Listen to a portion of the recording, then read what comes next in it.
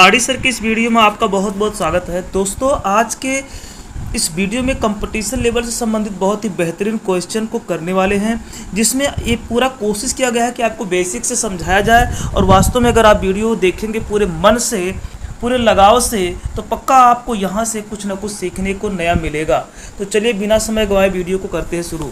सबसे पहला प्रश्न दे रखा है आदमी, चलना और मछली, यानी कि यहाँ पे क्वेश्चन वाचक दे रखा है, तो इस क्वेश्चन वाचक पे क्या भरा जाएगा, जिसमें यहाँ पे एक संबंध दिया है कि इससे आदमी का काम है चलना। ठीक है, आदमी का काम है चलना, तो मछली का काम क्या है, मछली क्या करती है। आदमी अगर चलता है तो मछली क्या करती है, तो इन चारों में देखते हैं तो मछली तैरती है। तो ये ऑप्शन ए आपका सही है। ठीक है ना, मछली तैरती है, तो ये वाला ऑप्शन यहाँ पे भरा जाएगा कि मछली का हो जाएगा तैरना।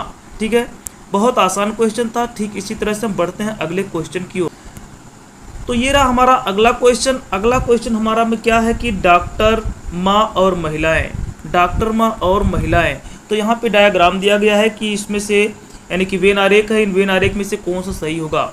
एक डॉक्टर है, एक माँ है और एक महिलाएं हैं।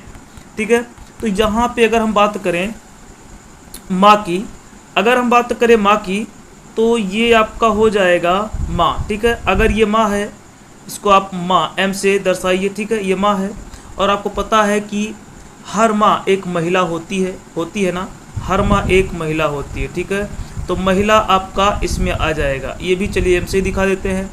तो महिला मतलब हर माँ महिला होती है, तो माँ के अंदर आ जाएगा महिला। ठीक है, उसके बाद डॉक्टर का बात किया है, तो देखिए डॉक्टर एक माँ भी तो हो सकती है और महिला भी तो हो सकती है ना, इसीलिए ये कुछ इस प्रकार से होगा, ये हो जाएगा डॉक्टर। ठीक है, देखिए अब ये जो डॉक्टर वाला वेन आरेख है, ये माँ वाले को भी काटेगा और महिला वाले को भी काटेगा, क्योंकि माँ भी डॉक्टर हो सकती है और एक महिला भी डॉक्टर हो सकती है। ठीक है, तो इस तरह से हमारा डायग्राम बनेगा, यानी कि वेन आरेख बनेगा। तो ये कहाँ पे सही दे रहा है, तो हमारा सही है ऑप्शन सी ऑप्शन बिल्कुल सही पड़ेगा। चलिए बढ़ते अपने अगले क्वेश्चन की। तो ये रहा हमारा एक आसान सा बहुत ही बेहतरीन क्वेश्चन है, इस तरह का पेपर में आता है दोस्तों। तो चलिए इसको हम ध्यान से देख लेते हैं। दिया है 5 से 8, तो 15 से क्या आएगा। तो जो लॉजिक 5 से 8 में काम करेगा वही 15 से यहाँ जो भी आएगा काम करेगा। तो यहाँ पे अगर हम ध्यान से देखें तो 5 में यदि 3 जोड़ा जाए तो कितना हो जाएगा भैया, 8 हो जाएगा। ठीक है ना, 5 में 3 जोड़ने से 8 आ रहा है, तो क्या 15 में 3 जोड़ने से हमारा ऑप्शन मिलेगा, तो 15 3 कितना हो जाएगा, 18 होगा। तो 18 दिया यहाँ, ऑप्शन डी आपका, सी आपका सही है। ठीक है, ऑप्शन सी आपका सही है, जो कि यहाँ पे 18 दिया हुआ है, तो सी ऑप्शन यहाँ पे रख दिया जाएगा। ठीक है, अब बढ़ते अपने अगले क्वेश्चन। तो ये हमारा एक बहुत ही बेहतरीन क्वेश्चन है और एक चित्र वाले प्रश्न एक तो पेपर में पूछता ही है। देखिए विषम आकृति की पहचान करें, जहाँ पे हमें विषम आकृति का पहचान करना है। समस्या चित्र दिया हुआ है, देखना है कि इन चारों में से कौन सबसे अलग है, सबसे अलग कौन दिख रहा है। अगर हम बात करें तो ये जो तीर है, ये तीर एक भुजा के सामने खींचा गया। ठीक है ना, और यहाँ पे अगर देखते हैं तो ये तीर भुजा के सामने नहीं बल्कि उसके कोने पे खींचा गया है। तो फिलहाल अभी तो ये अलग लग रहा है, क्योंकि यहाँ पे देखते हैं तीर का जो शीर्ष है वो भी भुजा के सामने है, यहाँ पर भी तीर का शीर्ष भुजा के सामने है, पर इसमें जो तीर का शीर्ष है वो भुजा के सामने नहीं है बल्कि कोने में है। देखिए आप ध्यान से देखिए, बाकी सभी तीर के शीर्ष भुजा के सामने है, पर यहाँ पे भुजा के सामने नहीं बल्कि कोने पे दिया हुआ है। तो हमारा यही ऑप्शन सही है जो सबसे अलग है। चलिए बढ़ते हैं अगले क्वेश्चन। तो ये हमारा अगला क्वेश्चन रहा, ये भी एक चित्र का ही प्रश्न है और इस तरह का प्रश्न पक्का पेपर में 1 से 2 प्रश्न पूछ लिए जाते हैं। कागज को मोड़ने के बाद उसे काटने पर कैसा दिखाई देगा। ठीक है, कागज को मोड़ के काटा गया है, जैसे यहाँ पर देखिएगा, यहाँ पे कागज को किस तरह से फोल्ड किया गया यानी मोड़ा गया है वो दिया है।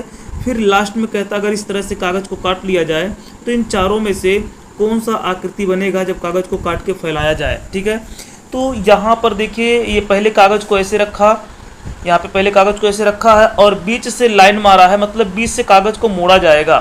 कुछ इस प्रकार है ना, कागज जब बीच से इसे करेंगे तो इसको ऐसे इसी पे मोड़ देंगे तो क्या बन जाएगा, ये कुछ इस टाइप का बन जाएगा। ठीक है ना, जब मोड़ेंगे तो इस टाइप का बनेगा।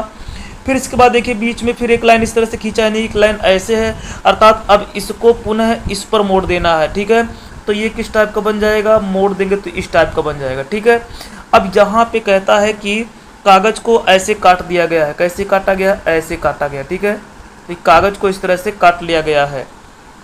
अब इसको काटने के बाद जब पुनः खोला जाएगा तो इन चारों में से क्या बनेगा। तो चलिए एक बार हम देख लेते हैं काटने के बाद खोलने पर क्या बनता है। तो हमने देखा था कि हमारा जो काटने के बाद चित्र बना था वो इस प्रकार था। अब इसको चूंकि आपने इस पर एक मोड़ करके तब ना ऐसे बनाया था, तो इसको पुनः जब इस तरह से खोलेंगे तो ये कैसे बनेगा भैया। जब इसको इस तरह से खोला जाएगा, इस तरह से मान लीजिए बीच में ऐसे था और यहाँ पे आधा हुआ था ना, जब इसको पूरा खोल देंगे तो ये गोली पूरी हो जाएगी भाई, आधा इधर आधा उधर, तो ये पूरा गोली हो जाएगा। आपको बात समझ में आ रही होगी ना। कहने का तात्पर्य है कि यहाँ पे एक पूरी गोली बन जाएगी, ठीक है। उसके बाद में यहाँ पे देखिए कागज़ को पुनः इस साइड में फोल्ड किया गया था ना, तो कागज़ को फिर से उल्टा इस साइड में खोलेंगे। जब कागज़ को इस साइड में खोलेंगे तो सेम यही गोली इसकी इधर सामने भी तो आएगी, यानी कि ये बिल्कुल इस तरह से हो जाएगा 2 गोली, ठीक है ना। 2 गोली आपका हो जाएगा। अब हमें देखना है कि ये 2 गोली सिस्टम कहाँ दिया है, तो ये वाला देखिए आपका ऑप्शन डी आपका सही जा रहा है, ठीक है ना। तो डी ऑप्शन हमारा सही है। चलिए बढ़ते अगले। तो हम आगे अपने अगले क्वेश्चन पर। यहाँ पर देखते हैं EHG को लिख सकते हैं IKL, इसी तरह से PRS को क्या लिख सकते हैं। दोस्तों इस तरह का क्वेश्चन पेपर में पक्का पूछता है। यहाँ पे जितने भी क्वेश्चन हमने लिए हैं सब बहुत ही चुनिंदे क्वेश्चन है। सारी की सारी क्वेश्चन को पेपर में आने की संभावनाएं बनी रहती हैं। तो यहाँ पर देखते हैं कि EHG को कैसे IKL लिखा गया है। तो अगर हम यहाँ पे बात करें, एक बार लिख लें, EHG को क्या लिखा है IKL, ठीक है।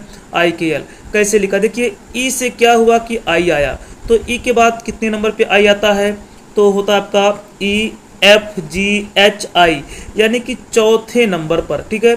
ई के चौथे नंबर पे आई आता है।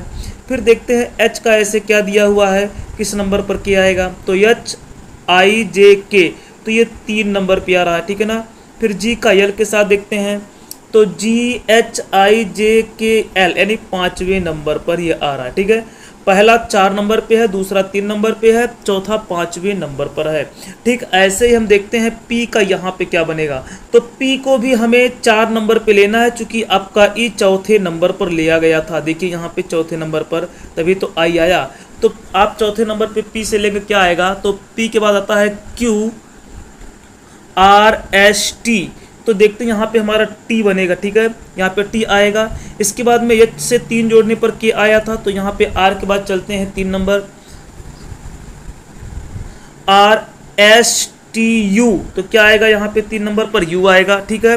अब TU कहाँ पे दिया, देखिए यहाँ पे एक ही ऑप्शन में TU है, बाकी हमें यहाँ से यस से क्या बनेगा उसको निकालने की कोई ज़रूरत नहीं है, क्योंकि इसी से हमारा मिल गया है 2 अक्षर से, ठीक है ना। तो ये सी ऑप्शन हमारा बिल्कुल सही है। चलिए बढ़ते हैं अगले क्वेश्चन की ओर। तो ये रहा हमारा अगला क्वेश्चन, जिसमें यहाँ पे क्या दिया हुआ है कि दर्पण प्रतिबिंब ज्ञात करना है। इसमें ये हमारा एक आकार है जिसके साइड में यहाँ पे एक मिरर लगा हुआ है, यानी कि आईना दर्पण लगा हुआ है। तो ये समतल दर्पण है, तो पूछ लिया है कि इस दर्पण में इसका चित्र किस प्रकार दिखेगा इन चारों में से, ठीक है। वही हमें ढूंढना है। तो बात करते हैं, हमें पता होना चाहिए कि शीशा में चित्र हमेशा उल्टा ही दिखता है, उल्टा दिखता है। आपका दायां बाएं दिखेगा और बायां दाएं दिखेगा, ठीक है। तो इसी तरह से उल्टा दिखेगा। जैसे अगर इस तीर की बात करें जो इस साइड में है ना, जब यहाँ पे देखेंगे चित्र में, यानी कि जब हम शीशा में देखेंगे तो इसकी पूरी दिशा ही उलट जाएगी। यहाँ पे एक आईना लगा हुआ है, तो अगर हम इसको देखते हैं जो हमारा ये तीर वाला चित्र है, ये कैसे दिखेगा, ये एकदम उल्टा ऐसे दिखेगा, ठीक है। कुछ इस टाइप से दिखेगा। और ये वाला जो है ये भी उल्टा ही दिखेगा। और ये कैसे दिखेगा, तो ये उल्टा आपका इस तरह से दिखेगा, ठीक है। ये उल्टा इस तरह से, थोड़ा और अच्छे से बना दे रहे हैं, ऐसे दिखेगा, ठीक है। ये उल्टा इस टाइप का दिखेगा। तो हमें देखने की ज़रूरत है कि इस तरह से कहाँ पे चित्र बना दिया, बस इसी से हमारा सही हो जाएगा। तो यहाँ पर तो ऐसा लग नहीं रहा है, ये भी नहीं लग रहा है, ये भी नहीं लग रहा है, लेकिन यहाँ पर देखिए तीर और ये गोली आपको एकदम ऐसे ही देखने को मिलेगा। इसीलिए जो हमारा ऑप्शन है वो ऑप्शन डी वाला ही सही होगा। तो हम आगे अपने अगले क्वेश्चन की ओर यहाँ पे देखते हैं कि हमारा क्या प्रश्न है। यदि शेयर का कूट लेखन इतना लिखा हुआ है 58034, ये शेयर है दोस्तों, यहाँ पे ई रहेगा, ठीक है। और यहाँ पे है कि और PUSH का कूट लेखन 4658 है, तो RUSH को कूट लेखन क्या होगा। यहाँ पे बहुत ही आसान है, हम आपको बिना कलम के चलाए ही बताएंगे, कुछ करना ही नहीं है। देखिए आपको ध्यान से देखना है। यहाँ पे अगर देखें USH यहाँ दे रखा है ना, और इसमें जो PUSH यहाँ भी दे रखा है, तो देखिए ध्यान से USH यहाँ है और USH यहाँ है। तो हम USH का कोड देख लेते हैं क्या लिखा हुआ है। USH का कोड क्या है भाई, लास्ट के 3 अक्षर है तो लास्ट के 3 अक्षर यहाँ भी ले लीजिएगा। तो USH का इस हिसाब से यहाँ पे कितना कोड बन जाएगा, तो 658 बन जाएगा ना, बिल्कुल 658 बन जाएगा। इसके बाद में यहाँ पर देखते हैं R दिया हुआ है, तो अब R का हमें कोड चाहिए। तो यहाँ पे लास्ट से दूसरे नंबर पे R है, तो यहाँ पे लास्ट से दूसरे नंबर पर 3 है, ठीक है, इसका मतलब यहाँ पे 3 रहेगा। अब ये 3658 जहाँ दिया वो सही है, तो ऑप्शन हमारा B वाला बिल्कुल सही होगा। ऑप्शन B सही है, 3658, ठीक है, तो ऑप्शन B सही है। हम आगे अपने अगले क्वेश्चन की ओर। यहाँ पे दिया हुआ है कि दिए गए समूह में भिन्न की पहचान करिए, जो सबसे अलग है हमें उसे ढूंढना है। तो यहाँ पे दिया है क्रिकेट, फुटबॉल और हॉकी, और एक पोलो दिया हुआ है। इनमें क्या है जो सबसे अलग है? तो अगर हम यहाँ पे देखें, फुटबॉल हुआ, क्रिकेट हुआ, हॉकी हुआ, ये तीनों एक जैसे हैं। क्यों? क्योंकि ये तीनों ज़मीन पर खेले जाते हैं। इनके लिए मतलब ज़मीन होनी चाहिए। ये ज़मीन पर पैर रख करके खेला जाता है। किसी के ऊपर चढ़ करके आप ये तीनों गेम बिल्कुल नहीं खेलते। लेकिन यहाँ पे जो हमारा चौथा वाला पोलो गेम है ना, ये घोड़े के ऊपर बैठ के खेला जाता है। ये ज़मीन पे नहीं खेला जाता, ये घोड़े के ऊपर बैठ के पोलो गेम खेला जाता है। बाकी क्रिकेट, हॉकी और फुटबॉल तो ये सब ज़मीन पे खेले जाते हैं, इसलिए यहाँ पे सबसे अलग होगा तो वो भिन्न होगा आपका पोलो गेम। तो दोस्तों हमें आशा है कि आपको सारे क्वेश्चन बहुत ही बेहतरीन तरीके से अच्छे से समझ में आए होंगे। आपको जो भी यहाँ पे परेशानी हुई होगी आप कमेंट में पूछ लीजिएगा, उसका जवाब आपको ज़रूर दिया जाएगा।